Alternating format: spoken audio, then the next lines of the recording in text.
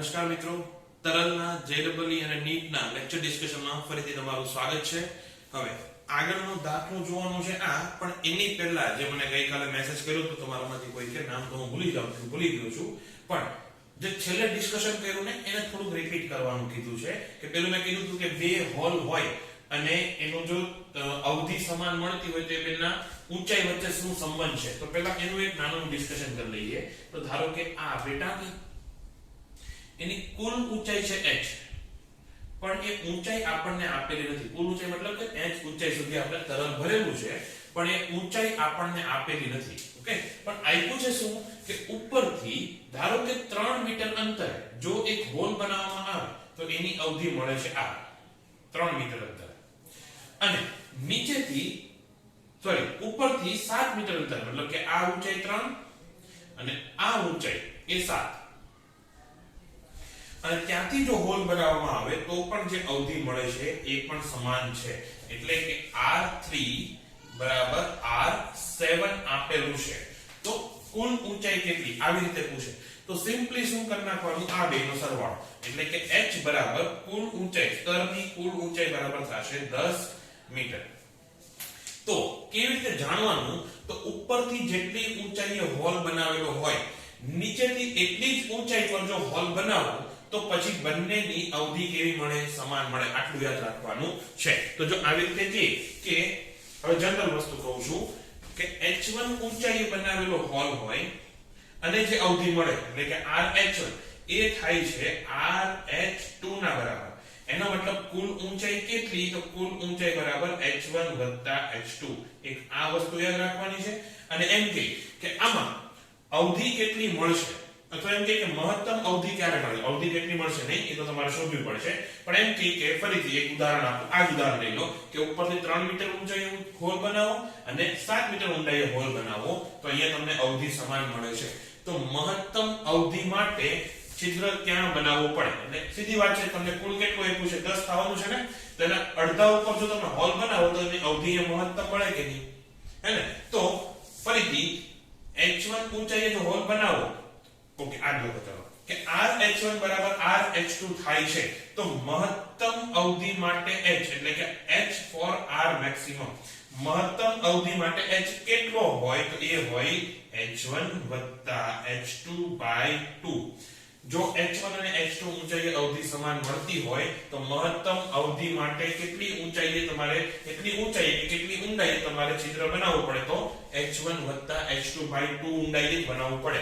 અને ત્યારે r maximum કેટલું થાય, એ થાય કુલ ઊંચાઈ જેટલું. કુલ ઊંચાઈ કેટલી છે તો કે h1 h2. આટલું આ બે વસ્તુ યાદ રાખવાની છે MCQ માટે. ગણવા બેસવાની જરૂર નથી, ડાયરેક્ટ સૂત્ર મૂકીને જવાબ લાવવાના છે. તો આટલી વસ્તુ મેં તમને ગઈકાલે કીધી હતી, થોડી ડિટેલમાં સમજાવી દીધી. હવે આજનું ઉદાહરણ આવું છે, એમાં હવે રકમ નથી લખાવતો, આકૃતિ બનાવો. ચલો ત્યાં સુધીમાં હું પૂછી નાખું. તો આ આકૃતિ બનાવી, એમાં એવું છે ઉપર જે તરલ છે એની ઘનતા ρ, નીચે જે તરલ છે એની ઘનતા 2ρ. ઉપરના તરલની કુલ ઊંચાઈ h, નીચેના તરલની કુલ ઊંચાઈ 2h. આપણે જે છિદ્ર બનાવવાનું છે એ નીચેથી h ઊંચાઈએ સમજો અથવા ઉપરથી 2h ઊંચાઈએ સમજો, ત્યાં છિદ્ર બનાવવાનું છે. અને અહીંયાથી જે બહાર આવે ત્યારે એનો વેગ શોધવાનો છે. વેગ કેટલો અને સાથે એની જે અવધિ મળે r એ શોધવાની છે. અહીંયા v અને r શોધવાનું છે. રકમ લખાતો નથી, સમજી જાશો લગભગ આકૃતિ જોઈને જ. આકૃતિમાં કઈ કપાતું નથી ને, ના આવી જાય છે આખી વિડિયોમાં. ફરી તો હવે આપણે v શોધવાનો છે. કેવી રીતે શોધશો, અહીંયા તમે ડાયરેક્ટ સૂત્ર લગાવી શકશો નહીં. આપણે જે સૂત્ર ભણ્યામાં શું છે કે આખું તરલ, આખી ટાંકી છે એક જ તરલની ભરેલી હતી. હવે ટાંકીનો તરલ અલગ અલગ છે, તો આપણે પાછું બર્નોલીનો સિદ્ધાંત લગાવવો પડશે કે આ બિંદુ, બે બિંદુ લઈ લો, આને કહી દો o, સોરી o નહીં i એટલે ઇનસાઇડ, અને અહીંયા એક બિંદુ લઈ લો o આઉટસાઇડ. કે છિદ્રની જસ્ટ અંદર અને જસ્ટ બહાર એક એક બિંદુ લેવાના છે. તો અંદરના બિંદુનું દબાણ તમને ઈઝીલી મળી જાય. બહાર જો વાતાવરણ દબાણ Pa હોય તો અંદરના બિંદુનું દબાણ કેટલું થાય, Pi. તો Pi બરાબર થશે Pa ρgh 2ρgh. હવે લાગતું નથી કે આમાં કોઈને ડાઉટ હશે, હે ને કે જો ઉપર દબાણ Pa હોય તો અંદર આટલી ઊંચાઈ આ બિંદુ ઉપર દબાણ કેટલું થાય તો Pa મતલબ કે આ બિંદુ અને આ બિંદુ વચ્ચે કેટલા ટરલ છે બે એક રો નું અને ટુ રો નું રો વાળાની ઊંચાઈ કેટલી h ટુ રો વાળાની ઊંચાઈ કેટલી h એટલે આ Pi થશે દબાણ અને કેટલું થાય તો કે Pa 3 રો g h જેટલું થશે આ થઈ ગયું તમારું Pi અને P આઉટસાઇડ એટલે કે PO એ કેટલું થશે તો P જ થવાનું ને બહાર છે વાતાવરણના સંપર્કમાં છે તો એ થશે વાતાવરણ દબાણ હવે સિમ્પલી તમારે સૂત્ર લગાવવાનું છે કોનું બર્નોલીનું સૂત્ર શું છે તો બર્નોલીનું સમીકરણ P inside rho g h inside half rho v inside square v inside એટલે અંદરની બાજુ જે તરલનો વેગ હોય એ h ઇનસાઇડ એટલે અંદરના બિંદુની ઊંચાઈ એના બરાબર શું થશે તો કે p outside rho g h outside half rho v outside નો વર્ગ અને આપણે જે શોધવાનું છે એ આ છે v આઉટસાઇડ કે બહારની બિંદુએ જે વેગ હોય v આઉટસાઇડ એ આપણે શોધવાનો છે આટલી ખબર પડી હવે pi ની કિંમત મૂકો po ની કિંમત મૂકો po તો p જ છે બીજી વાત અંદરના બિંદુની ઊંચાઈ અને બહારના બિંદુની ઊંચાઈ સમાન છે અંદરનું તરલ ને બહાર આવે તરલ એ સમાન છે એટલે આ પદ તો ગયું અને એવું યાદ રાખવાનું કે અંદર આપણે છિદ્ર એટલું નાનું કર્યું છે કે ટાંકીમાં તમે કોઈ વેગ લાવી જ નથી શકવાના અંદરનો વેગ પણ 0 જ થવાનો છે એટલે આ પદ પણ થઈ ગયું 0 જો આ બે કેન્સલ થાય છે અને આ 0 થાય છે એટલે મેં આવી રીતે લખ્યું છે કેન્સલ થતા ઉપર સીધા ડેટા મારી દીધા અને જે 0 થાય છે અને એરો મારીને 0 કહ્યું છે તો સૂત્ર શું બનશે Pi ની કિંમત મૂકો કે Pa 3 રો g h એના બરાબર અહીંયા Po એટલે પાછું Pa હાફ રો vo નો વર્ગ પાપા કેન્સલ પા કેન્સલ રો કેન્સલ થશે એટલે રો કેન્સલ તો vo સ્ક્વેર કેટલું હોય કે vo નો વર્ગ બરાબર થશે 3gh પૂરું અને ગુણ્યા 2 આ બગો અહીંયા આવશે ને તો vo બરાબર થશે વર્ગમૂળમાં 6gh તો આટલી ઝડપથી તરલ બહાર આવશે આટલી ઝડપથી જે તરલ છે એ બહારની બાજુ આવશે હવે શોધવાનું શું છે અવધિ માટે સમક્ષિતિજ દિશામાં પ્રક્ષિપ્ત ગતિનું જ આપણે વર્ણન કરવાનું છે કે કોઈ પદાર્થને જો તમે v વેગથી બહાર ફેંકો કોઈ પદાર્થને જો તમે v વેગથી સમક્ષિતિજ દિશામાં ફેંકો તો નીચે પડતા કેટલો સમય લાગે તો તમારે જાણવું પડે કે કેટલી ઊંચાઈએથી ફેંકવું છે નીચે પડતા લાગતો સમય જાણવા માટે તમારે પહેલા એ જોવું પડે કે કેટલી ઊંચાઈએથી તમે તરલને ફેંકો છે કેટલી ઊંચાઈએથી ફેંકો h ઊંચાઈએથી ને તો નીચે પડતા લાગતો સમય કેટલો તો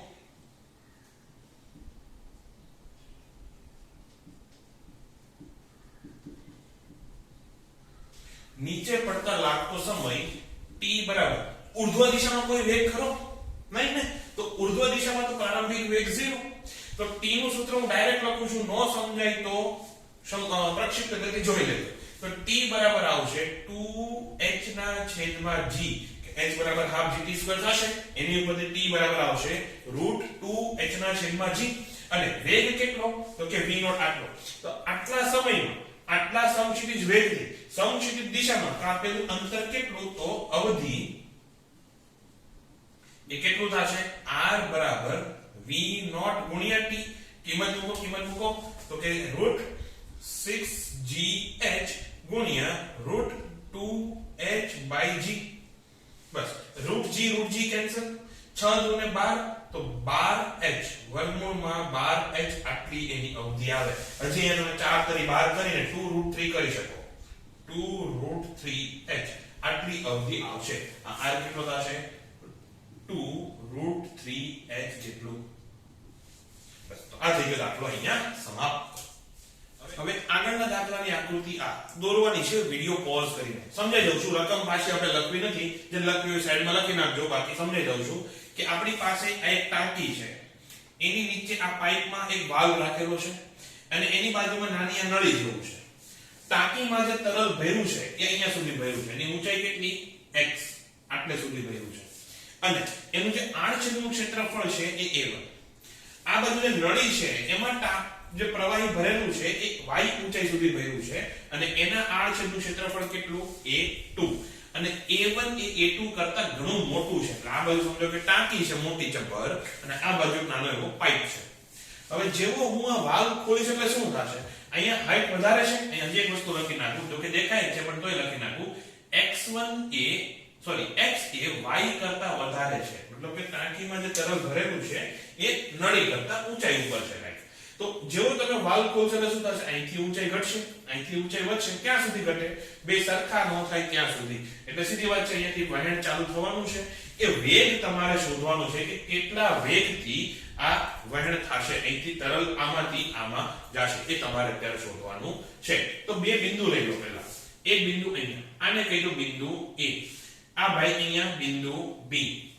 તો બેના દબાણ સરખા થશે સમાન પાત્ર સમાન તરલ સમાન ઊંચાઈ ઉપર અને પાછું પાત્રનો કોઈ પ્રવેગ નથી તો દબાણ સમાન થવા જોઈએ ને નહીં થાય ક્યારે નહીં થાય કારણ કે અત્યારે વાલ્વ બંધ છે ક્યારે દબાણ સમાન થાય જ્યારે તરલ પણ સ્થિત હોય અહીંયા તરલ સ્થિર થશે ના અહીંયા હવે વહેણ આવ્યું એટલે પેલું આગળના કોન્સેપ્ટમાં લગાવવાનું કે જ્યારે તરલ ગતિ ન કરતો હોય જ્યારે પ્રવાહનો વહે મતલબ પ્રવાહ ન વહેતો હોય ત્યારે દબાણ સમાન થશે અહીંયા દબાણ સમાન થશે પણ ક્યારે જ્યારે બેની ઊંચાઈ સમાન થઈ જાય જ્યારે બેની ઊંચાઈ સમાન થઈ જાય એટલે પછી અહીંયા વહેણ બંધ થઈ જશે તો પછી દબાણ સરખા અત્યારે દબાણ સરખા નહીં થાય PA અને PB સરખા થશે નહીં તો PA કેટલું થાય PA બરાબર થશે અહીંયા દબાણ ધારો કે P1 અથવા PA વાતાવરણ દબાણ તો અહીંયા પણ વાતાવરણ દબાણ PA હશે તો PA બરાબર થશે P કેપિટલ A બરાબર થશે PA ρ g h અને h કેટલું આપ્યું છે x આપ્યું છે એવી રીતે PB બરાબર થશે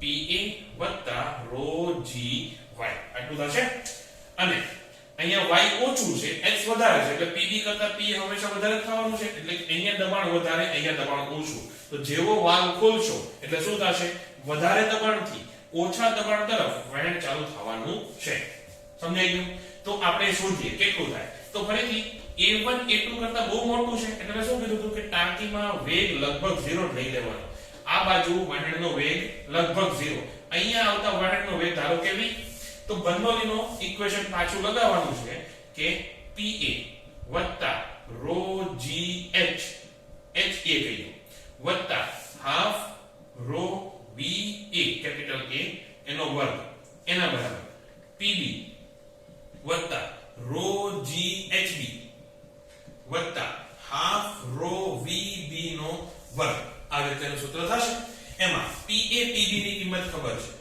HA અને HB સમાન ઊંચાઈ ઉપર જ છે તો બે 0 હવે 0 VA આ 0 આપણે લીધું છે કારણ કે એનો વેગ અહીંયા 0 થવાનો છે તો પછી આ વેગ આ પદ પણ 0 તો વધ્યું PA ની કિંમત મૂકો તો કે PA ρ g x એના બરાબર અહીંયા હું વધ્યું PB તો પાછું PA ρ g y વત્તા હાફ ρ v સ્ક્વેર VB બરાબર તો v છે ને એક તો આપણે શોધવાનું છે v તો બસ PA પાછા કેન્સલ તો ρ કેન્સલ પાછા સોરી આ g ઉડી ગયો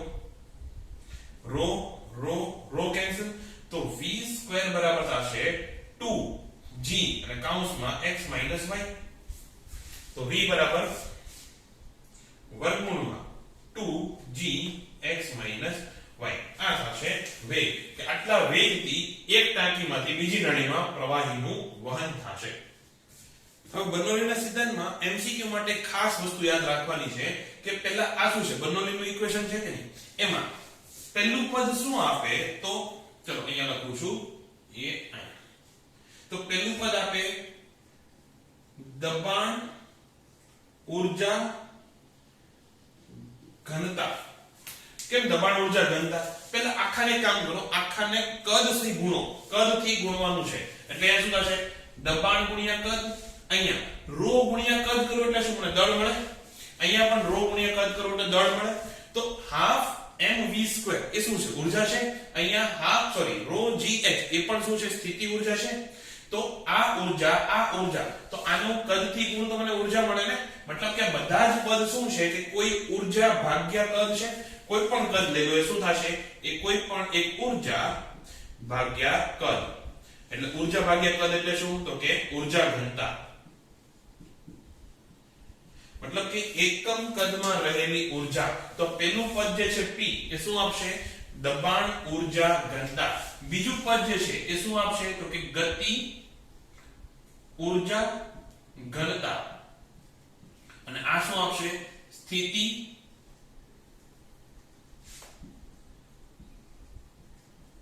ઊર્જા ઘનતા. ફરીથી પહેલું પદ દબાણ ઊર્જા ઘનતા, બીજું પદ ગતિ ઊર્જા ઘનતા અને ત્રીજું પદ સ્થિતિ ઊર્જા ઘનતા. અને એનો એકમ શું થાય? તો ઊર્જાના છેદમાં કદ. તો એકમ બરાબર થશે ઊર્જાનો એકમ જૂલ છેદમાં કદ એટલે જૂલ પ્રતિ મીટર ક્યુબ. અથવા છે શું? આ તો દબાણ જ છે ને. દબાણ એટલે એનો એકમ બીજો શું થાય? તો કે પાસ્કલ અથવા ન્યૂટન પ્રતિ મીટર નો વર્ગ. આ બધા એના એકમમાં જ આવશે. અને જો એનું ડાયમેન્શન પૂછે, પરિમાણ, પરિમાણ હોમવર્કમાં આપું છું, હાથે લખવાનું છે. પરિમાણ શોધતા બધાયમાં શીખવાડું છે. હવે લગભગ ક્યાંય પરિમાણ શોધીશ નહીં. सारे काम मैं ही करूं। ઊર્જાનું પરિમાણ લખો, છેદમાં કદનું પરિમાણ લખો, તમારો જવાબ આવી જશે. હે ને? અને દબાણનું પરિમાણ તમે સ્ટાર્ટિંગમાં લખાયું જ છે. તો આમાં આનું પરિમાણ શું આવશે? તો કે ઊર્જાના છેદમાં કદ. એટલે કે c નું પરિમાણ શું આવે? ઊર્જાના છેદમાં કદનું જે પરિમાણ આવતું હોય એ જ આવશે. કે આ જે અચળ થાય છે બર્નોલીના સિદ્ધાંતમાં, એ અચળનું પરિમાણ, એનો એકમ પૂછે તો પણ આ જ આવશે. આ બધું ડિસ્કશન અત્યારે હું MCQ ના પર્સપેક્ટિવથી કરું છું. MCQ માટે આટલું કરવાનું છે. હજી આ પદ બાકી છે. તો આ થઈ ગયો આપણે બર્નોલીના સિદ્ધાંત ઉપરથી કે બર્નોલીના સૂત્ર ઉપરથી. હવે જોવાનું છે કે બર્નોલીના સિદ્ધાંતને તમે રો g થી ભાગી નાખો, શું આવે છે? તો બર્નોલીના સિદ્ધાંતનું જે સૂત્ર છે એને હું રો g થી ભાગું. પહેલા બધું ઉડાડું. તો રો g થી ભાગતા બધાના છેદમાં રો અને g મૂકો, તો p ના છેદમાં અહીંયા રો g આવશે. પછી v સ્ક્વેર ના છેદમાં રો g, રો તો ઉડી જવાનું, એટલે v સ્ક્વેર ના છેદમાં 2g આવશે. અને h ની હારે રો g ગુણાયેલો એટલે રો g ઉડી જશે. તો આને શું કહેવાય? આને કહેવાય, હવે જો ગુજરાતી શબ્દ મને પાછો મળ્યો નથી, હું ઇંગ્લિશમાં કહું છું, આને કહેવાય પ્રેશર હેડ.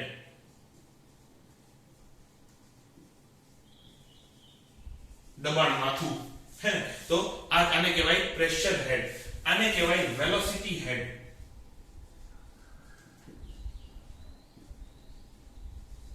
એ વેગ માથું. અને આને કહેવાય ગ્રેવિટેશન હેડ.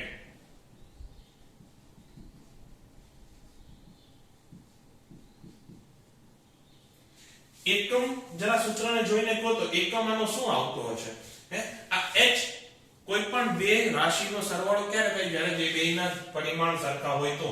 અને જો બેના પરિમાણ સરખા હોય તો એકમ ય સરખા. એટલે કે આ બધાનો એકમ શું આવશે? મીટર. બધાનો એકમ મીટર. અને પરિમાણ આનું લખીશ, આ મસ્ત ઈઝી છે. પરિમાણ શું આવશે? તો કે m0 l1 અને t0. તો આનો મીનિંગ શું? કે આ જે દબાણના જે ઘટકો છે p, half rho v square, half rho જે છે તો બધા દબાણ જ ને. એના કારણે કેટલું દબાણ તમને આવે છે કે એનું જો ઇક્વિવેલન્ટ આપણે દબાણ શોધવું હોય, સમતુલ્ય દબાણ શોધવું હોય, પેલું જે આપણે બેરોમીટરમાં કરતા હતા, તો કેટલી ઊંચાઈનો તમે સ્તંભ લો તો એટલી ઊંચાઈ તમને મળે h. ઓકે, તો એટલું દબાણ તમને મળે. આ એનો મીનિંગ થશે કે ગ્રેવિટેશન હેડ, વેલોસિટી હેડ અને પ્રેશર હેડને કારણે આટલો જવાબ આવે. એક ઉદાહરણ લઈ લો. ઉદાહરણ નહીં લખવા નથી, ખાલી સમજાવું છું. તો ધારો કે એક પાઇપમાં પ્રવાહી વહે છે, એ આવી રીતે. એનો વેગ v. હવે અહીંયા તમે કાણું પાડો અને અહીંયા એક પાઇપ લગાવો, એ આવી રીતે. તો શું થશે? અહીંયા કંઈક દબાણને લીધે એ ઉપર ચડશે કે નહીં? એ કેટલું ઉપર ચડશે? તો કે h જેટલું. અને h એટલે શું? તો h એટલે v સ્ક્વેર ના છેદમાં 2g. અહીંયા જે ઊંચાઈનો તફાવત આવે કેટલો આવે? v સ્ક્વેર ના છેદમાં 2g જેટલો આ વેગને કારણે ઉપર ચડે. અથવા એવું સમજો કે આ જ પાઇપમાં અહીંયા એક આમ કાણું પાડી દો, એ આવી રીતે. કાણું પાડો તો શું થશે? પાઇપનું લીકેજને કારણે પ્રવાહી ઉછળશે કે નહીં? આવી રીતે આમ ખાટા ઉડે આમ. એ મહત્તમ કેટલી ઊંચાઈ સુધી ઉછળશે? તો કે ફરીથી આ જે h છે એ h કેટલું થશે? તો કે v સ્ક્વેર ના છેદમાં 2g. આને કહેવાય વેલોસિટી હેડ. હે ને? તો જો એમ કે આકૃતિમાં કે જે આકૃતિમાં નહીં, કોઈ પ્રવાહી વહે છે, એનો વેલોસિટી હેડ 10 મીટર છે, તો એનો વેગ કેટલો હશે? તો 10 મીટર બરાબર v સ્ક્વેર ના છેદમાં 2g કરી નાખવાનું, એટલો એનો વેગ હશે. એટલે કે ઉદાહરણ ગણી લઈએ ચાલો. તો v સ્ક્વેર બરાબર થશે 10 મીટર ગુણ્યા 2g એટલે ગુણ્યા 20 એટલે કેટલું થયું √200 જવાબ આવે, અથવા 10 √2 જવાબ આવે. તો આવી રીતે કોઈ દાખલો આપ્યો હોય કે વેલોસિટી હેડ 10 મીટર છે તો પછી એનું વેગ શોધો, તો આવી રીતે શોધવાનો થશે. તો હવે આગળનો દાખલો.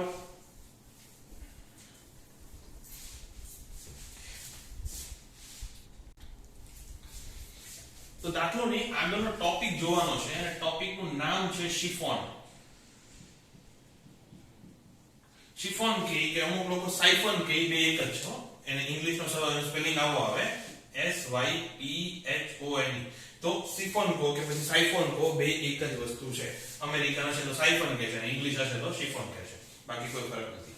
તો એક પ્રવાહી ભરેલું છે, એક પાત્રમાં આપણે પ્રવાહી ભર્યું છે. આ જો કે તમે કર્યું હશે આવું, જો કોઈ ગાડીના ટાંકીમાંથી ક્યારેક પેટ્રોલ કાઢવાનું થયું હોય કે કોઈ નળીમાંથી કોઈ ટાંકીમાંથી પાણી આપણે બહાર કાઢવાનું થયું હોય તો શું કરીએ, આ ટાંકી એમાં તરલ ભર્યું છે, એમાં નાખો નળી, પછી અહીંયાથી આમ ખેંચવાનું, પાણી આમ ખેંચવાનું, અને પાણી ખેંચ્યા પછી જેવું પાણી મોઢામાં આવી જાય એટલે છોડી દેવાનું. એટલે તમે કાંઈ ન કરો તોય અહીંયાથી આમ પાણી પડતું રહે. આ ખબર છે આવું કર્યું છે કે આને કહેવાય શિફોન અથવા સાયફન. તો એ વસ્તુ આપણે જોવાની છે આવું કેમ થાય છે, કાંઈ ધક્કો માર્યા વગર આપણે કાંઈ ન કરો તોય પાણી પડતું રહે છે, એનું કારણ શું? તો પહેલા એમનો જ્યારે તમે નળી કનેક્ટ કરો એટલે પાણી પડવા નહીં મળે, શું કરવું પડે? એકદમ ખૂબ ખેંચવું પડે ને. એટલે કે પાણી તમારે પહેલા આખી નળીમાં ભરવું પડે, એ સિવાય શક્ય બને નહીં. પાણી કે કોઈ પણ તરલ એ અહીંયા છેક સુધી ભરવું પડશે, અથવા એટલીસ્ટ આ 5 થી નીચે તો લાવવું જ પડે, એની સિવાય શક્ય બને નહીં. તો પહેલા આપણે પાણી ખેંચી લીધું. હવે આપણે 6 બિંદુ જોવાના છે. જો બિંદુ 1 ક્યાં છે? એકદમ સપાટી ઉપર અને વાતાવરણના સંપર્કમાં. એટલે સીધી વાત છે P1 બરાબર કેટલું થશે? P1 થવાનું છે. પછી બિંદુ B ક્યાં છે? બિંદુ 2 ક્યાં છે? એ પણ સેમ લેવલ ઉપર પણ નળીની અંદર, એટલે P2 નું દબાણ પણ સમાન થવાનું છે. બિંદુ 5 ક્યાં છે? એ પણ સેમ લેવલ ઉપર છે, એટલે P5 પણ સમાન થશે. અને એ કેટલું થશે? તો કે વાતાવરણના દબાણ જેટલું. આ પહેલી વાત. બીજું, બિંદુ 3 લેવાનું છે જસ્ટ ઉપર, 2 થી જસ્ટ ઉપર, બહુ આગળ જ જવાનું.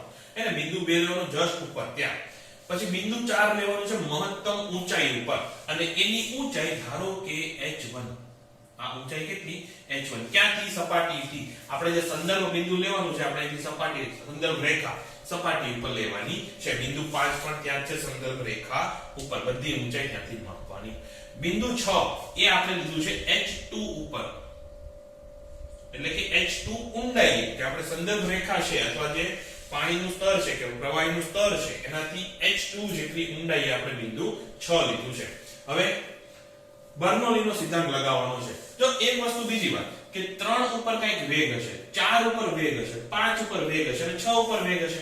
ફરીથી વેગ તો આખી નળીમાં સમાન જ થવાનો છે, એટલે કે v3 બરાબર v4 બરાબર v5 બરાબર v6 એ કેટલો થશે? v. એ આપણે શોધવાનું છે કે શિફનમાંથી જ્યારે પ્રવાહી બહાર આવે તો કેટલા વેગથી બહાર આવશે, એ આપણે શોધવાનું છે. હજી એક વાત કે 1 નો વેગ અને 2 નો વેગ લગભગ 0 થશે. v1 અને v2 કેવું થશે? લગભગ 0. કેમ લગભગ 0? કે ટાંકીનું ક્ષેત્રફળ અને નળીનું ક્ષેત્રફળ એમાં મોટું કોણ છે? ટાંકીનું ક્ષેત્રફળ, અને એ પણ કેટલું લેવાનું છે? ખૂબ જ મોટું. હે ને? કે A1 ધારો કે A1 ટાંકીનું ક્ષેત્રફળ છે, A2 નળીનું ક્ષેત્રફળ છે, તો A1 will be very very very greater, હે ને? બહુ બધા greater than ટાંકી A2. તો હવે તો આટલી વસ્તુ ખબર પડી ગઈ હોય તો હવે બધા 6 બિંદુ ઉપર 6 ને આમ તો 5, એક ઉપર લો કે બે ઉપર લો સરખું થશે. તો 5 બિંદુ ઉપર આપણે બર્નોલીનું સૂત્ર લગાવવાનું છે. તો પહેલા 1 થી ચાલુ કરો. તો PA, એક ઉપર દબાણ કેટલું? PA વત્તા વેલોસિટી કેટલી? એનો વેગ તો છે નહીં એટલે હાફ rho v સ્ક્વેર તો 0, વત્તા ઊંચાઈ કેટલી? સંદર્ભ બિંદુથી ઊંચાઈ 0 એટલે ઊંચાઈ પણ 0 એના બરાબર. હવે આવો 2 ઉપર, તો 2 નું પણ એક જેવું થશે એટલે લખતો નથી. 3 નો વારો. તો 3 ઉપર કઈક વેગ આવી ગયો, v3 બરાબર v છે ને, એટલે દબાણ p3 થશે વત્તા હાફ rho v સ્ક્વેર. એની ઊંચાઈ કેટલી? તો કે સંદર્ભ બિંદુથી જરીક જ ઊંચો છે, બહુ વધારે ઊંચો નથી, એટલે અહીંયા ઊંચાઈનો અહીંયા કઈ લખવાનું જરૂર નથી. એની ઊંચાઈ લગભગ 0 તમે ધારી શકો. સંદર્ભ રેખાથી ઊંચાઈ એની લગભગ 0. હવે 4 નો વારો. તો કે p4 વત્તા હાફ rho v સ્ક્વેર, વેગ તો સરખો જ છે, વત્તા રો જી h1 આ ઊંચાઈનો તફાવત આવ્યો હોય તો વત્તા રો જી h1. હવે અહીંયા લખું છું આ લાઈન નું કન્ટિન્યુએશન સમજી લેજો. તમારે શક્ય હોય તો આ લાઈન આગળ લખવાની ચાલુ રાખજો. એવું નહીં સમજતા કે આની ઉપરથી આ લખ્યું છે હે ને. હવે p5 નું લખું છું તો એના બરાબર થશે p5 વત્તા વેગ કેટલો રો સોરી હા વેગ હાફ રો જી નહીં v સ્ક્વેર આટલું થશે. ઊંચાઈ કેટલી સંદર્ભ બિંદુથી ઊંચાઈ તો કઈ છે જ નહીં તો પાછું ઊંચાઈ વાળું પદ 0 તો એ પણ હવે હું લખતો નથી. અને હવે 6 ઉપર આવો. 6 ઉપર અચ્છા અહીંયા લોચો લાગ્યો છે હા p5 અને p6 ત્યાં પણ દબાણ કેટલું થશે વાતાવરણ દબાણ થશે. કેમ બહાર વાતાવરણના સંપર્કમાં છે ને તો p6 બરાબર પણ p જ થશે પણ અત્યારે હું p6 લખું છું વત્તા હાફ રો v સ્ક્વેર. હવે ઊંચાઈ કેટલી h1 સોરી h2 લખું ખાલી હે વત્તા લખું અહીંયા કે વત્તા રો જી h2 આવું લખાય ના અહીંયા માઈનસ આવશે. કેમ ઊંચાઈ સંદર્ભ બિંદુથી ક્યાં છે નીચે છે ને તો ઊંચાઈ કેવી લેવી પડશે તમારે નેગેટિવ. તો આ એક લાઈનમાં આખું તમારે લખવાનું છે. મારી પાસે કેમેરાની લિમિટ છે એટલે અહીંયા સુધી મેં લખ્યું છે. તો આ થઈ ગયું બર્નોલીનું સૂત્ર. આની ઉપરથી તમે શું કહી શકો તો પહેલા p3 ની વાત કરો. p3 અને p5 તો સરખા થવાના જો આ બે સરખા છે અને એના બરાબર pa છે. મતલબ કે p3 half rho v square બરાબર pa p5 half rho v square બરાબર pa. એનો મતલબ p3 અને p5 કેવા થવાના સરખા થવાના. તો p3 બરાબર p5 અને બે કેવા થવાના pa કરતા ઓછા થવાના હે ને. આ કઈ નેગેટિવ તો આવશે નહીં જો ઘનતા નેગેટિવ માં હોય નહીં. v નો વર્ગ છે એટલે એ પણ નેગેટિવ નો હોય એટલે કે pa બરાબર p3 વત્તા કઈ ધન કિંમત છે એટલે p3 કેટલું થાય pa ઓછા આ ધન કિંમત એટલે pa કરતા નાના થવાના. p6 ની વાત કરો તો p6 માં p6 બરાબર તો pa છે તો આ બેને સરખાવો હવે. pa બરાબર p6 વત્તા half rho v square minus rho G h. તો pa કેન્સલ. આ ડાયરેક્ટલી લખું છું પણ ધ્યાન આપજો ફરીથી કહું છું pa અને આ સરખા થવાના તો pa કેન્સલ. તો હાફ રો v સ્ક્વેર બરાબર રો જી h થશે અને અથવા half rho v square minus rho G h બરાબર 0 થશે ને. તો અહીંયા લખું છું ડાયરેક્ટ કે half rho v square minus rho G h બરાબર 0 h2. તો હાફ રો v સ્ક્વેર બરાબર રો જી h2 તો રો કેન્સલ અને v બરાબર આવશે રૂટ 2gh2 v બરાબર આવશે રૂટ 2gh2. તો આ વેગ કોના સમપ્રમાણમાં હશે તો કે વર્ગમૂળમાં આ જે ઊંચાઈ છે આ ઊંચાઈ કઈ છે તો કે નળીનું મોઢું જ્યાં એનો બહાર ભાગ નીકળે છે એ અને સ્તર વચ્ચે જે ઊંચાઈનો તફાવત હોય એ એના વર્ગમૂળમાં સમપ્રમાણમાં હશે. હવે ધારો કે આ ઊંચાઈ વધારતો આટલે લઈ આવું 0 ઉપર તો આ h2 બરાબર તો 0 થઈ ગયું એટલે પછી જે તરલ બહાર આવે છે આવતું બંધ થઈ જશે. આ પ્રયોગ તમે બધા ઘરે કરી શકો. એક તગારા જેવું લેવાનું એમાં પાણી ભરો અને એક નળી બહાર કાઢીને આ ટ્રાય કરજો એને અને નળીનું મોઢું જેવું આ સ્તરથી ઊંચું આવી જશે એવું એમાંથી પ્રવાહી બહાર આવતું બંધ થઈ જશે. જેટલું નીચે હશે એટલું વધારે ઝડપથી બહાર આવશે. આ પહેલું કન્ક્લુઝન. બીજી વાત તો નીચે રાખવું તો હંમેશા આવતું જ રહેશે. બીજી કોઈ કન્ડિશન છે કે પાણી આવતું બંધ થઈ જાય તો હા આ p4 ઉપર જોવું પડશે. p4 ની આપણે વાત કરીએ. હવે p4 વાળું ક્યાં ગયું આ p4 બરાબર કેટલું છે pa હાફ સોરી pa બરાબર છે p4 half rho v square rho G h. અહીંયા v સ્ક્વેર ની કિંમત મૂકો. આ ક્યાંથી આવ્યું છે 6 પરથી હવે 4 પરથી એમાં v ની કિંમત તો મળી ગઈ મૂકો અહીંયા તો pa બરાબર થશે p4 હાફ રો v4 કેટલું સોરી v કેટલું તો કે √2gh વર્ગમૂળ કરો એટલે 2gh2 આટલું થશે વત્તા રો gh2. તો હવે p4 કેટલું થશે p4 બરાબર pa માઈનસ આખો આ બાજુ લઈ જાઉં છું એક સ્ટેપ સ્કીપ કરું છું કે રો કોમન વહી તો હું અહીંયા તો કે h2 h1 વધશે. આવી રીતે આવશે p4 બરાબર pa આ ચોગડો છે અને આ a છે. ફરક સમજી જાજો મારા અક્ષર બહુ સારા છે ને એટલે તમને નહીં સમજાય. તો p4 બરાબર pa ઓછા રો h1 h2.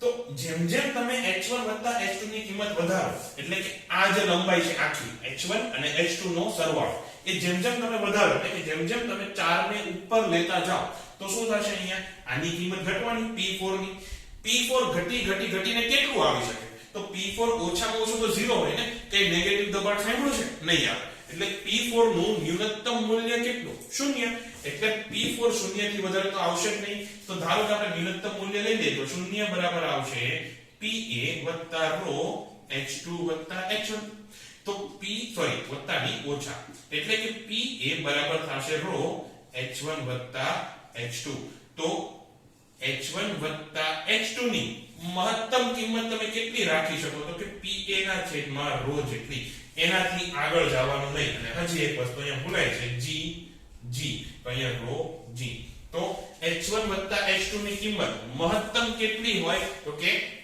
pa ના છેદમાં ρ g જેટલી એનાથી વધારે જો કિંમત થશે તો પાછું પ્રવાહી વહેતું બંધ થઈ જશે તો શિફોનમાંથી પ્રવાહી બહાર આવે એના માટેની આપણે કઈ શરતો જોઈ તો કે h2 should be greater than 0 કે h2 નું મૂલ્ય 0 કરતા વધારે જ હોવું જોઈએ અને h1 h2 નું મૂલ્ય હંમેશા pa ના છેદમાં ρ g કરતા નાનું જ હોવું જોઈએ એનાથી વધારે શક્ય અને equal to 0 કરી નાખો પણ એનાથી વધારે કરવાનું નહીં તો આ એની બે શરતો શિફોનમાંથી પ્રવાહી રહેવા માટે આ 4 પરથી લખ્યું છે આ 6 પરથી લખ્યું છે બાકી તમારી રીતે વિડિયોમાં જોઈને તમારે જેમ નોટ બનાવ્યો એ લખી શકો યાદ કેટલું રાખવાનું છે કે અહીંયા આ બધા દબાણ કયા સમાન થાય જો કે પૂછશે નહીં ઓપ્શનમાં કદાચ આકૃતિ આપીને પૂછે કે આમાંથી કયું દબાણ અલગ થશે અને ઓપ્શનમાં હોય P1 P2 P5 P7 sorry P4 તો P4 નું અલગ થશે અને બાકીના ત્રણના સમાન થશે એવી રીતે કદાચ પૂછે તો આ વેગ સરખા થશે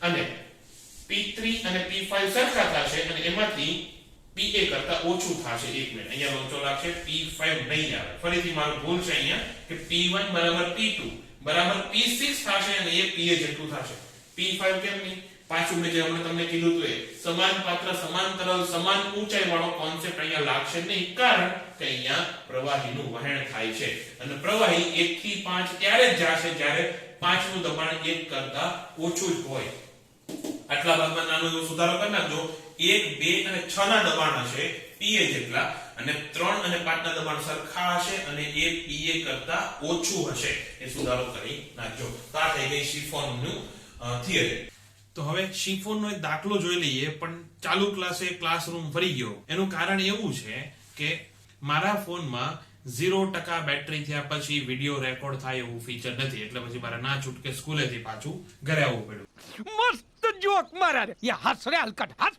તો હવે શિફોનનો દાખલો આવો છે આ શિફોન છે એમાં આજે આપણે નળી લગાવીને રાખી એને શિફોન કહેવાય ને તો બહાર નીકળતા તરલની ઝડપ શોધવાની છે એટલે કે અહીંયાથી આપણે v શોધવાનું છે v નું સૂત્ર એકદમ ઈઝી છે આવડી જાય પછી નળીના કયા બિંદુ પાસે જો નળીમાં આપણે 6 બિંદુ બતાવ્યા છે 1 2 3 4 5 ને 6 એકડા તો આવડતા જ હશે તો એ 6 બિંદુમાંથી કયા બિંદુ પાસે દબાણ ન્યૂનતમ હશે એ શોધવાનું છે અને બીજું આપણે એ શોધવાનું છે કે કેટલું હશે ન્યૂનતમ પણ કેટલું હશે એ પણ આપણે શોધવાનું છે તો પહેલા તો બહાર નીકળતા તરલનો વેગ ઈઝીલી આવડશે v નું સૂત્ર શું હતું વર્ગમૂળમાં 2g પછી શું હતું h2 હતું ખબર છે એમાં h2 કેટલું અચ્છા એક વાત હજી ભૂલી ગયા લખવાનું અહીંયા આ ઊંચાઈ આપી છે 1 મીટર આપેલી છે રકમમાં હું મારા તરફથી એડ નથી કરતો અને આ ઊંચાઈ આપેલી છે 8 મીટર એ આ તો અહીંયા h2 બરાબર શું લેશો 8 મીટર કે 1 મીટર તો જે લોકોએ 8 મીટર કીધું એ બધાય ખોટા આપણે આ ઊંચાઈ ક્યાંથી માપતા હતા તો કે પ્રવાહીના સ્તરથી આ આપણી સંદર્ભ રેખા હતી ને તો આપણે શું માપવાનું છે આ ઊંચાઈ એ કેટલી થશે તો કે 8 મીટર - 1 મીટર એટલે h2 બરાબર આપણે ખરેખર લેવાનું છે 7 મીટર તો v બરાબર કેટલા થશે વર્ગમૂળમાં 2 10 અને આ 7 એટલે 100 વર્ગમૂળમાં 140 જેવું કંઈક આવશે હવે આનું ગુણાકાર નથી કરતો એને એમને રહેવા દો v બરાબર આટલા મીટર પ્રતિ સેકન્ડ ગુણાકાર નહીં વર્ગમૂળ પણ એ આપણે નથી કરવું એમને રહેવા દો વર્ગમૂળમાં 140 મીટર અને જો તમારે ખરેખર કરવું જ હોય તો 11 પોઈન્ટ કંઈક આવશે જો 12 નો વર્ગ કેટલો 144 એટલે જો 140 ની બદલે 144 હોત તો તમારે v બરાબર 12 આવે તો હું લગભગ આન્સર લખું છું જવાબ ખોટો પણ હોઈ શકે 11.8 આજુબાજુ કંઈક આવશે 11.8 કે 9 આજુબાજુ કારણ કે 144 થી ઘણું બધું નજીક છે એટલે તો આ થઈ ગયું તમારું v એટલા મીટર પ્રતિ સેકન્ડ. આમાં કોઈ ખાસ હતું નહીં. મહત્વનું છે આ કે નળીના કયા બિંદુ પાસે દબાણ ન્યૂનતમ હશે અને એ કેટલું. તો પહેલા તમે જુઓ તો ક્યાં દબાણ ન્યૂનતમ થાય છે. આપણે જ્યારે થિયરી જોઈ એમાં જોયું હતું કે ઉપરના બિંદુ આગળ સૌથી પહેલા ન્યૂનતમ થતું હતું અને ન્યૂનતમ મૂલ્ય કેટલું હતું 0. તો દબાણ ક્યાં ન્યૂનતમ હશે 4 પાસે અને કેટલું 0. ખોટો જવાબ. 4 પાસે હશે સાચો જવાબ. કેટલું 0 એમ નહીં આવે. એ 0 ક્યારે થતું હતું જ્યારે તમે નળીને ઊંચી ઊંચી ઊંચી કરતા જાવ એને આ ઊંચાઈ જે હતી h1 એને તમે વધારતા જાવ તો એક બિંદુ પાસે એનું દબાણ 0 થતું હતું. પણ એ ન્યૂનતમ ક્યારે તમે હાઈટ ચેન્જ કરો તો. અત્યારે આપણે કાંઈ જ ચેન્જ નથી કરવાનું, ખાલી એમાં જોવાનું છે કે કયા બિંદુ પાસે ન્યૂનતમ દબાણ છે અહીંયા અને કેટલું છે. તો એના માટે આપણે બર્નોલીના સિદ્ધાંતનો ઉપયોગ કરવો પડશે. બર્નોલીનો સિદ્ધાંત ક્યાં ક્યાં લગાવવાનો તો કે 1 પાસે અને 4 પાસે. 1 પાસે લગાવો 2 પાસે લગાવો કાંઈ ફરક નહીં પડે. એટલે આપણે 1 પાસે અને 4 પાસે બર્નોલીનો સિદ્ધાંત લગાવવાનો છે. તો 1 પાસે P1 વત્તા ρgh વત્તા હાફ ρv1 સ્ક્વેર ρgh1 એના બરાબર P2 વત્તા ρgh2 વત્તા હાફ ρv2 સ્ક્વેર. આ એનું સૂત્ર થશે. એમાંથી ρgh1 કેટલા સંદર્ભ બિંદુ જ આપણું એના લેવલ ઉપર છે એટલે ρgh1 બરાબર 0. પછી ટાંકીમાં તો કોઈ આપણે વેગ લેતા જ નથી હે ને, તો અહીંયા પણ 0. આ બાજુ h2 છે, હા છે, કેટલું 1 મીટર છે. v2 સ્ક્વેર શોધવાનું છે. ના, v2 સ્ક્વેર કેટલું છે આપણે જમણા જે આવ્યું હતું વર્ગમૂળમાં 140 એટલું થશે ને. આખી નળીમાં વેગ કેવો રહેવાનો? અચળ રહેવાનો. સાતત્યનો સિદ્ધાંત. આખી નળીમાં જો તમે આડછેદનું ક્ષેત્રફળ બદલો નહીં તો વેગ કેવો રહેવાનો? અચળ રહેવાનો. એટલે અહીંયા v2. અને હા, શિફોનમાં અત્યારે આપણા સિલેબસમાં એવું જ છે કે આપણે એને આડછેદના ક્ષેત્રફળને કોન્સ્ટન્ટ રાખવાનું, એમાં ચેન્જ કરવાનું નથી. તો આપણે શોધવાનું શું છે? P2 ને. તો P2 ખરેખર P4 કેવું જોઈએ? કામ કરો એ બધે 4 કરી નાખો તો ભાઈ. અહીંયા 4, અહીંયા 4 અને અહીંયા પણ 4, કારણ કે આપણે ચોથા બિંદુ પાસે રમીએ છીએ અત્યારે. તો P4 બરાબર કેટલા આવશે? તો કે P1 minus ρgh4 minus half ρv4 નો વર્ગ.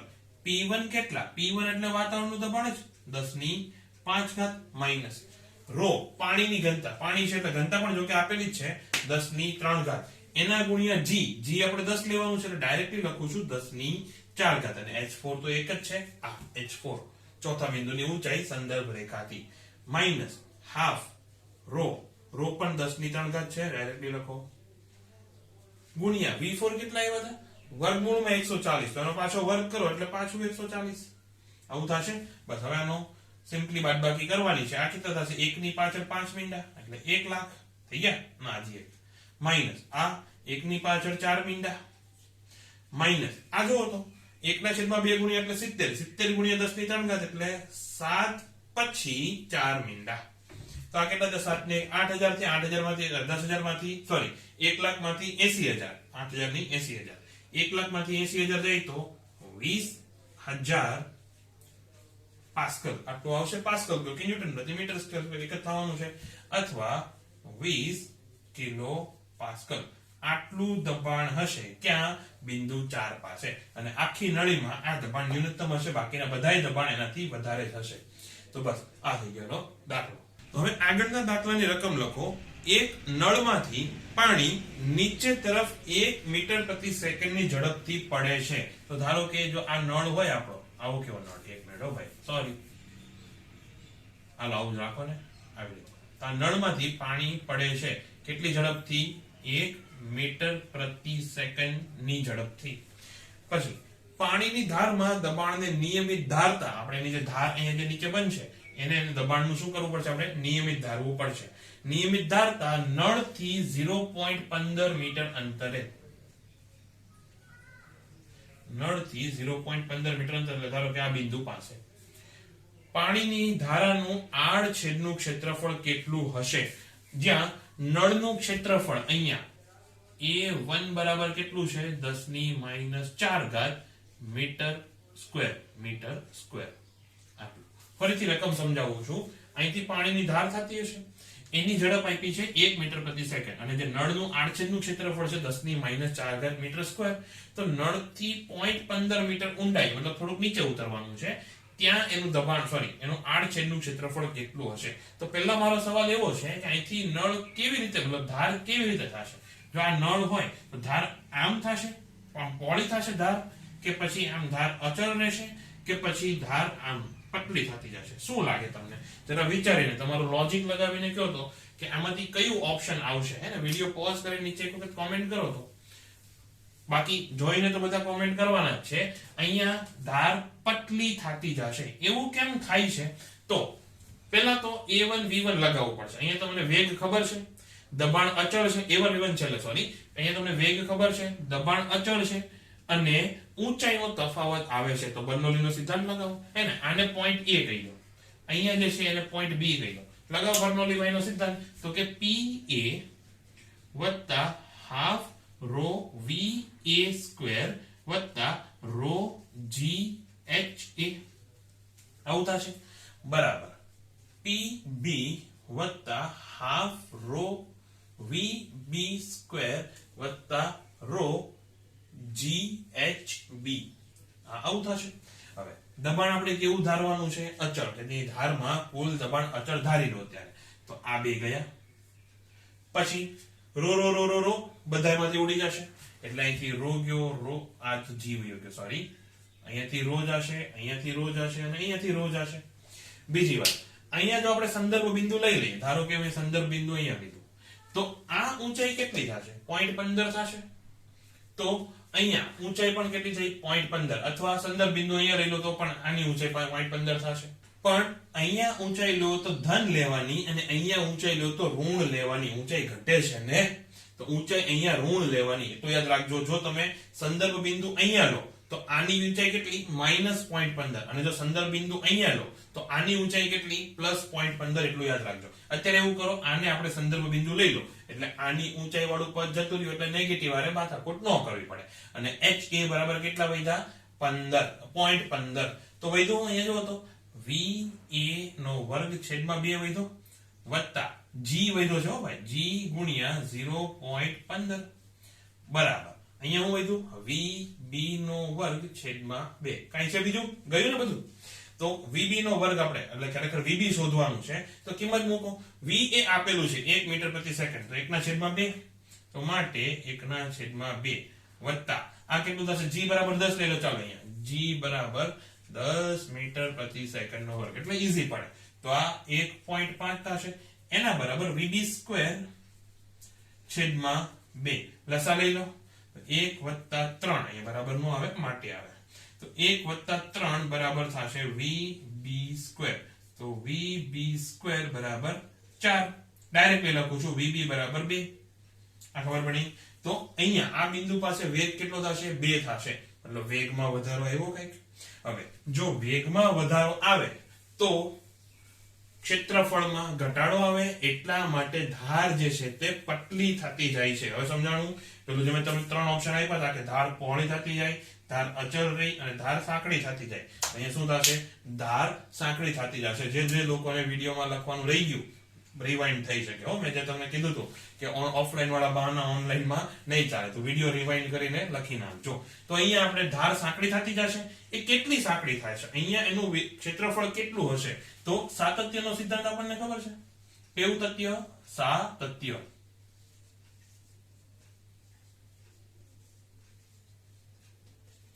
સાતત્યનો સિદ્ધાંત શું કે a1 v1 બરાબર a2 v2.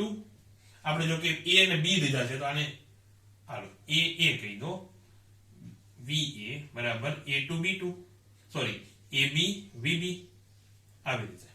તો અહીંયા vb કેટલું આવ્યું? 2 મીટર પ્રતિ સેકન્ડ આવ્યું ને. a કેટલું છે? અહીંયા આપેલું જો 10⁻⁴. આને આપણે a કીધો છે.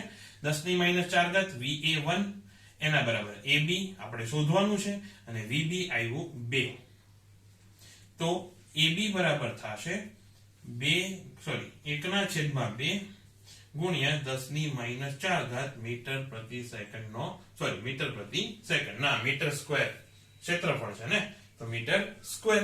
તો AB બરાબર ડાયરેક્ટલી લખું છું હવે 0.5 ગુણ્યા 10 ની માઈનસ 4 અથવા 5 ગુણ્યા 10 ની માઈનસ 5 ઘાત મીટર સ્ક્વેર. આ થઈ જશે AB કે આનું આડછેદનું ક્ષેત્રફળ કેટલું થશે AB જેટલું. હવે ચલો દાખલો આજનો એને રકમ લખો. ચાલો, વિમાનના પાંખિયાનું ક્ષેત્રફળ 4 મીટર પ્રતિ સેકન્ડ 4 મીટર સ્ક્વેર છે. વિમાનના પાંખિયાનું ક્ષેત્રફળ 4 મીટર સ્ક્વેર છે. તો ક્ષેત્રફળ A બરાબર કિતના? તો કે 4 મીટર સ્ક્વેર. તેના ઉપરના ભાગમાં હવાનું વજન હવાની ઝડપ 60 મીટર પ્રતિ સેકન્ડ અને નીચેના ભાગમાં 40 મીટર પ્રતિ સેકન્ડ છે. એટલે કે વેગ ક્યાં? ઉપરના ભાગમાં. તો VU અપર પાર્ટમાં વેગ કેટલો? 60 મીટર પ્રતિ સેકન્ડ અને લોઅર પાર્ટમાં વેગ એટલે કે નીચેના ભાગમાં વેગ કેટલો?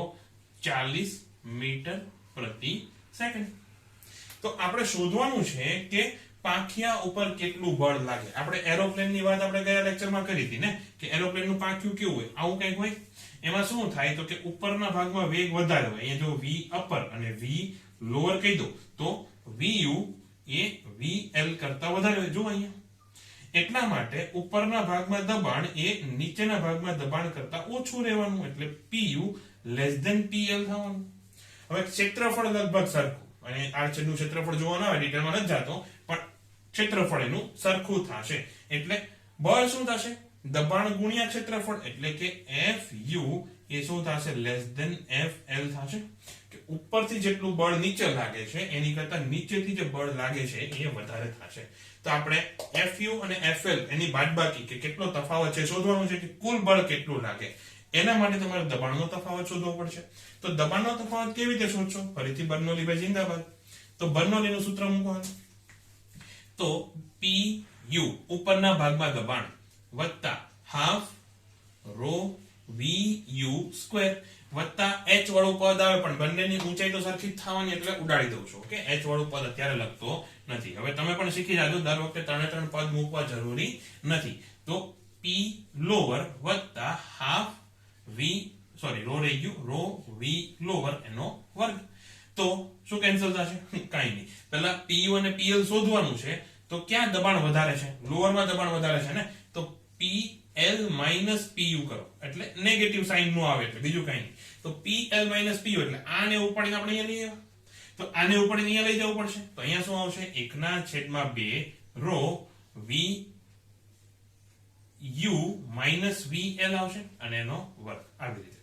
અચ્છા, અહીંયા રો ની કિંમત એ આપવી પડશે. રો ની કિંમત લખો હવાની જે ઘનતા હોય એ કે 1.029 કિલોગ્રામ પ્રતિ મીટર ક્યુબ આટલી હવાની ઘનતા છે. તો એ કેટલું થશે? મૂકો કિંમત અહીંયા 1/2 ગુણ્યા 1.029 ગુણ્યા V અપર નો વર્ગ એટલે 3600 ઓછા V લોઅર નો વર્ગ એટલે 1600.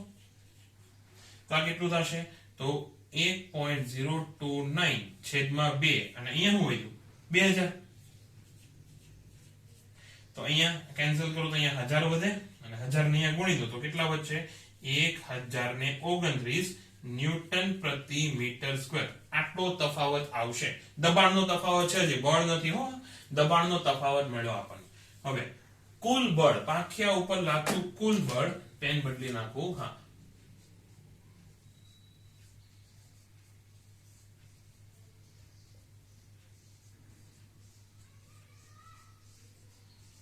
પાંખિયા ઉપર લાગતું કુલ બળ કેટલું થશે? તો કે F લોઅર F અપર. જો આ ન સમજાય તો FBD બનાવી નાખજો. નીચે કયું બળ લાગશે? ઉપરથી લાગે ને નીચે લાગી એટલે F અપર નીચે લાગશે. ઉપરથી બળ લાગી નીચે લાગે એમનો સમજતા કે નીચે બળ લાગે છે તો અપર કેમ લખ્યું. અને F લોઅર લાગશે ઉપર. અને વિમાનને આપણે ઉડાડવાનું છે, ડૂબાડવાનું નથી એટલે ઉપરનું બળ વધારે હોવું જોઈએ. એટલે FL FU કરતા મોટું થશે. તો નેટ બળ કેટલું થશે? FL FU. તો FL FU. FL એટલે કેટલા? તો જો અહીંયા અલગથી લખું છું, ડાયરેક્ટ લખી નાખીશ. FL એટલે જે દબાણ લાગે એ ગુણ્યા ક્ષેત્રફળ અને FU એટલે જે દબાણ લાગે એ ગુણ્યા ક્ષેત્રફળ એટલે અહીંયા ક્ષેત્રફળ કોમન અને PL PU. આવી રીતે થશે કે આખિયા ઉપર લાગતું કુલ બળ કેટલું? તો કે દબાણનો તફાવત ગુણ્યા ક્ષેત્રફળ. તો ક્ષેત્રફળ આપ્યું છે કેટલું? 4 મીટર સ્ક્વેર. તો 4 ગુણ્યા આ કેટલું આવ્યું 1029. તો આ કેટલું થશે 4116 જેવું કંઈક આવશે. એકવાર ચેક કરી લેજો, ખોટું હોઈ શકે. 30 તરી 120 એમાંથી 4 કાઢો એટલે આટલું જ કંઈક આવશે. ન્યૂટન પ્રતિ નહીં, ન્યૂટન આવશે, ખાલી ન્યૂટન આવશે. કે કુલ બળ એની પર કેટલું લાગશે 4116 ન્યૂટન જેટલું લાગશે. ગણતરીમાં અહીંયા ભૂલ હોઈ શકે, ચેક કરી લેજો. તો બસ આજના ક્લાસમાં આટલું જ. આશા રાખું કંઈક મજા આવી હશે. અને આવતા ક્લાસમાં અચ્છા બર્નોલી વાળો ટોપિક આખો પૂરો, બર્નોલી વાળો ટોપિક પૂરો. આવતા ક્લાસથી આપણે જે શ્યાનતા ને એ બધું જોવાનું છે. અત્યારે અહીંયા ક્લાસ પૂરો. Bye bye.